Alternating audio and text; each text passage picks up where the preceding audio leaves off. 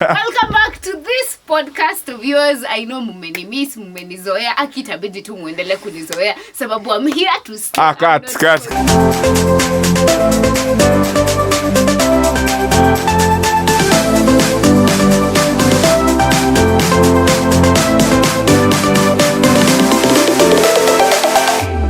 Negative emotions are a sign that something is going unaddressed. They are a call to action. Positive emotions are the reward for taking into correct action. Welcome to another episode of It Pricked. It's a rose by yours truly, none other than Doris Onyagia. So hey guys, I hope you've been well. In today's episode, we are going to be talking about the subtle art of not giving a fuck. Yes. The Subtle Art of Not Giving a Fuck is a book by Mark Mason. Ni book nimekuwa nikisoma for a while now. Initially when I was starting the book, I was like skeptical about it. Sababu hii book ikianza, hapo mbele wanaanza kuongea kuhusu vitu za depression, anxiety. Na mimi last episode I told you guys, I very much avoid kusoma hizo vitu juu the more you read about something, the more inaingianga kwa mind. Na ikiingia kwa mind, unaanza kuicultivate na kuishi. So leo, I want us to go through The Subtle Art of Not Giving a Fuck. It's a very nice book. Uko mbele. It has a lot of things I think are worth sharing with another person. Si kila mtu anaezanga kusoma kitabu. Juu, kwanza hiyo kitabu si rahisi.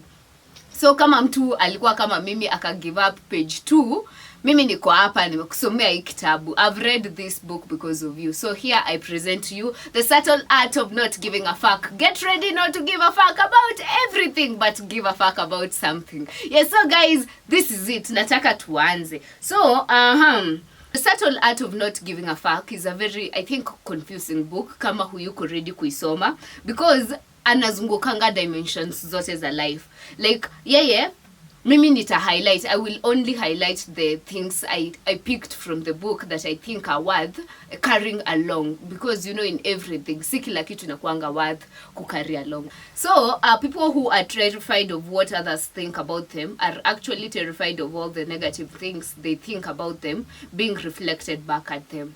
So, I've been thinking about this point. Then I'm like, there are guys who are like, Mimi, I won't attempt this. What will people say about me? Like me, I won't do this. What will people say about me? You're not afraid of what people are saying about you. My friend, deal with you because the problem is you. You've already created these things in your mind. Then you're like, you are afraid people will reflect them back to you. So like when they tell you, for example, you tell me, Doris, your dye isn't even beautiful.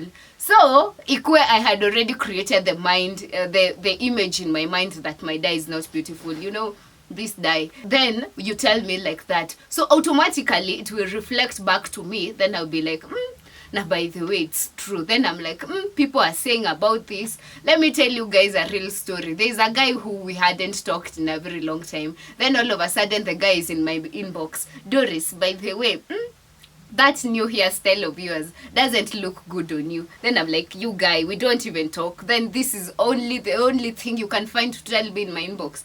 I actually took that like cyberbullying. Na nikaambia every friend of mine that there is a guy cyberbullying me in my inbox. Na hata tuongeangi. Actually, it's not that I had carried it. It's not like I was against my hairstyle. But anyway, so like this is the same thing. It's like the same thing but not the same thing. So the guy was like that to me, but you know, if I'm not confident enough, if I'm not aware of myself, then I'll be affected too much by this. Then all of a sudden, I'll be having bucket hats and hats every other time. You're wondering, si alinywa nywele, where is she like that? It's because I've already created the same image in myself. The same way about self-esteem. So this book talks about self-esteem. The guy says that if you only have self-esteem without something to quantify it, it's not viable. Like self-esteem is too overrated.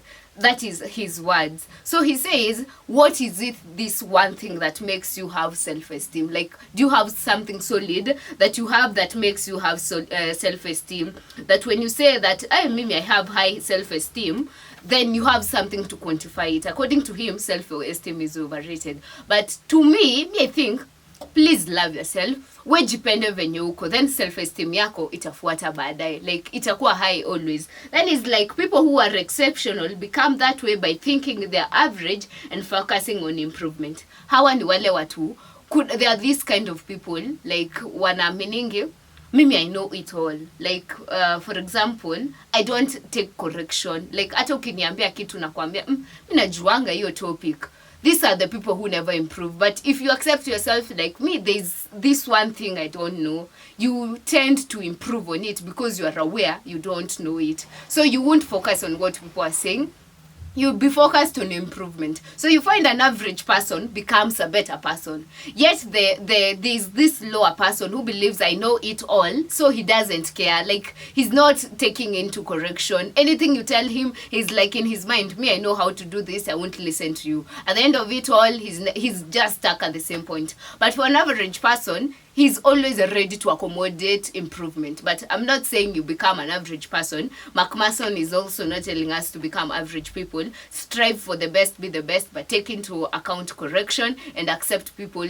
Just don't take in everything that they tell you, but please listen to people. They are essential in our lives. So, like he's saying, problems are inevitable. Like, don't always ask yourself, what am I willing to, like, what do you expect of life? Nikikuuliza hivyo mie, probably you come to me unauliza, what do I expect of life? I expect to be successful, I expect to have a good partner, etc, etc. Like, that is common. Now he says, according to his book, ask yourself, which pain are you willing to bear? Like, I'm like, okay, pain. Unajiuliza aje unataka kubea uchungu gani? Mimi like, me I love myself, maybe spendi pain, I won't lie. But he's saying, like, it's too common for everyone. When you ask them, what do you expect in life? Everyone is like, good life, good job, good life, good family, etc. But like, what pain are you willing to bear? Like, pain is inevitable. We can't avoid it. Never can we avoid it. But then, how much far are you willing to stretch yourself? How resilient are you to the pain that is coming? Because life is never soft. So he tells us that. And he's like, the climb to the top is never ending upward spiral with new problems, always surfacing, and new processes that you must fall in love with. You are never allowed to stop climbing because the entire point is to love the climb. If you ever stop loving the climb, the results will never come. Hawa ni wale watu wanaogopa kuwa risk taker. I was in a class of what do we call it, communication for development. Then we were learning diffusion theory. So diffusion theory, the guy, our lecturer said there are 5 types of guys. They are the last. I remember the last one. These are the laggards. The first ones are innovators. The second one, they are easy to convince but have their own opinions of things. I don't remember that third one. So he's saying, like, see, we've had McMason tell us about the way if you ever stop the climb, results will never come. So according to diffusion theory, the last guys in that theory, like, they are never willing to move. These are the people, even if you bring a new idea to them, they're not willing to take it because maybe they live their lives on the past. That in 2010, there was COVID-19. Like, okay, sawa, there was COVID-19, so we're in 2021. Does it mean that the same applies to this year? Hao ni wao watu. Usikue watu wa diffusion theory. Usikue hao watu. When I started, I was saying negative emotions are a sign that something is going unaddressed. So there are these times you as a person, this is according to Mark Mason, the book now, my interpretation. There are these times that comes as a person, you're like, I'm feeling off, but I'm not sure what really is happening. Hii inakuanga, there's something in your mind that is going unaddressed. It's calling for action. And when you feel like you're too positive and you are like, you are too happy, there's something good you've done in yourself and it's calling for it's a reward because you've done that thing. So to strive, according to Mark Mason, to strive kuishi vizuri. Then he's like, there's no value in suffering when it is done without purpose. I've ever asked this question. I'm not sure whether it is in a podcast or out of life, but I've ever asked a person, like, why suffer? Like, why are you suffering? Okay, we suffer. For example, why do you wake up every day to go to school? if at the end of it all you won't graduate, if at the end of it all you won't get a job. Like, there's no good suffering without a purpose. The same analogy we were giving about Buddha. The guy suffered, went to the streets, and ended up coming back because he felt miserable. He felt he was suffering without a purpose. He had not achieved his purpose to understand the mystery of life. So if you ever find that you are suffering without a purpose, hey my friend, please, we wacha kuumia. Usiumie tafadhali. Sababu mashida hazitawaisha, lakini hakikisha mashida zako zinakusaidia. Then the guy is like, happiness is found in solving problems, not avoiding them. So if you ever find yourself in a problem, usizi avoid, strive as much as possible to solve them, to find a solution, not to avoid, because it only happens when you find joy in solving problems, having them and wanting to solve them. Because mind you, ukiwahi jipata we maisha yako ni smooth, hutawahi kuwa motivated kufanya any other big thing. So where I've reached, I'm sure you're asking yourself, like, where does this, I said I'm talking about the subtle art of not giving a fuck. I'm sure you're wondering, where is it that it comes in that we're talking about the subtle art of not giving a fuck? So the subtle art of not giving a fuck, it says, like, don't ignore everything. See, you guys understand the subtle art of not giving a fuck is the way of life of living like you don't care about anything that happens around you. But then he elaborates himself to say that he's not saying don't give a fuck about things.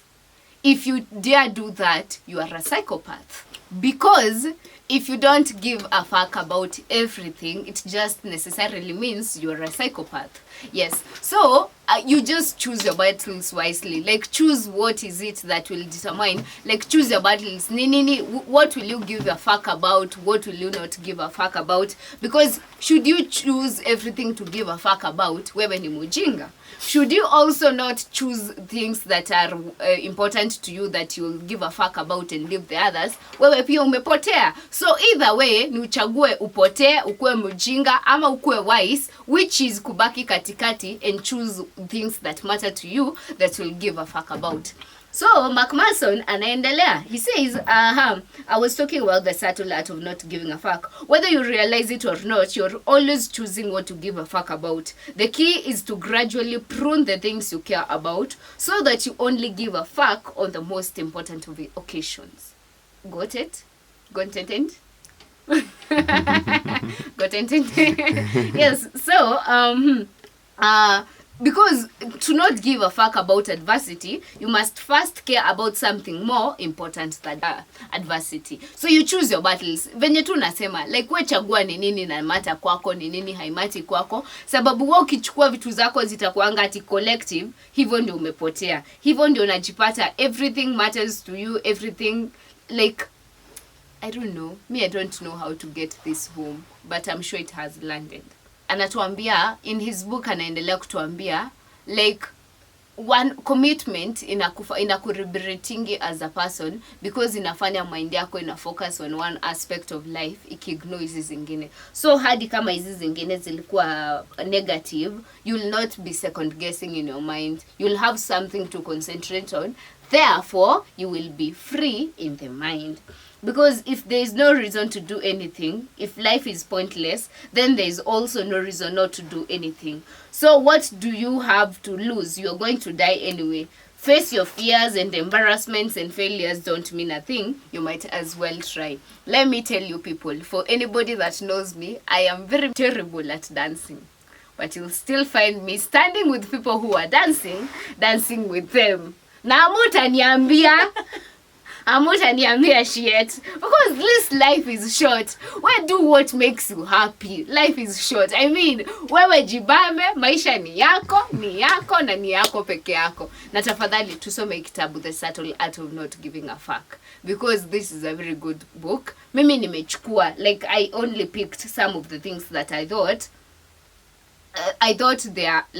they are something I quantify to share with someone who would have had me. Like, anybody that is my friend, I want you to know that this life is very short. Like, do what makes you happy. Wewe ukisikia ni kama Doris Wanyakia, wewe ujui kudance lakini watu wakisimama kudance unasimama na wao, please do so. Please do so. Whatever it is that matters to you, like whatever it is that you feel that scares the fuck out of your mind, please do it. As long as it is not illegal, as long as it won't cost you a dime, please do it. Because man, this life is very short. Because the key to a good life is not giving a fuck about more, it's giving a fuck about less, giving a fuck about only what is true and immediate and important. Because in this life we live, we no longer face material problems. Like, our problems nowadays are not like, mimi sina nguo za kuvaa, sina electricity kwetu,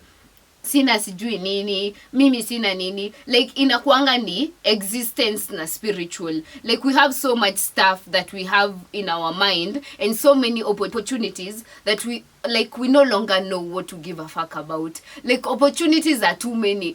Scroll hivi kwa timeline yako Instagram, unaona like there are too many guys talking about things. You're not even sure what to give a fuck about. You're not even sure what to concentrate, what to take home, what to leave, because there are too many. That is why we are telling you the subtle art of not giving a fuck will help you to choose wisely, think wisely, choose wisely, and take that decision for yourself. The desire for a more positive experience is in itself a negative experience. This is because, like, unaona, like, we live in a world where mtu anasemanga I want to be happy. Ukijiambia I want to be happy, una create in your mind that you're not happy currently. So it's a paradox. Like, ni paradox sababu, like, okay, we are to aspire better things, but the moment you put in your mind you want better things that you already have, you lose gratitude for current and you find yourself thinking of the future, so you feel inadequate in the present. So let us learn to appreciate the present. Don't be that person that always believes that the secret to a good life is having a nice job. The secret to a good life is having nicer friends. The secret to a good life is doing etc, etc. Let us be satisfied by what we are doing, by who we are, by what we do on a daily basis, so that we don't feel like it's so much more we have to get to. There is, but let it not be stuck in your mind such that you don't see current. Like, current you is non-existence because you believe in the future and you want more for the future. Thank you guys for listening to It Pricked, It's a Rose by yours truly, none other than Doris Wanyagia. Until next time, see you, and please, tusisahau, do what makes you happy, do what makes you smile. Everybody's judging anyway. We're only here for a while. Until next episode, thank you guys. Bye. Oh, and guys, I'm sorry for forgetting, this is also a YouTube channel. Please don't forget to subscribe, like, share, tap on the notifications bell. Until next time, adios, bye.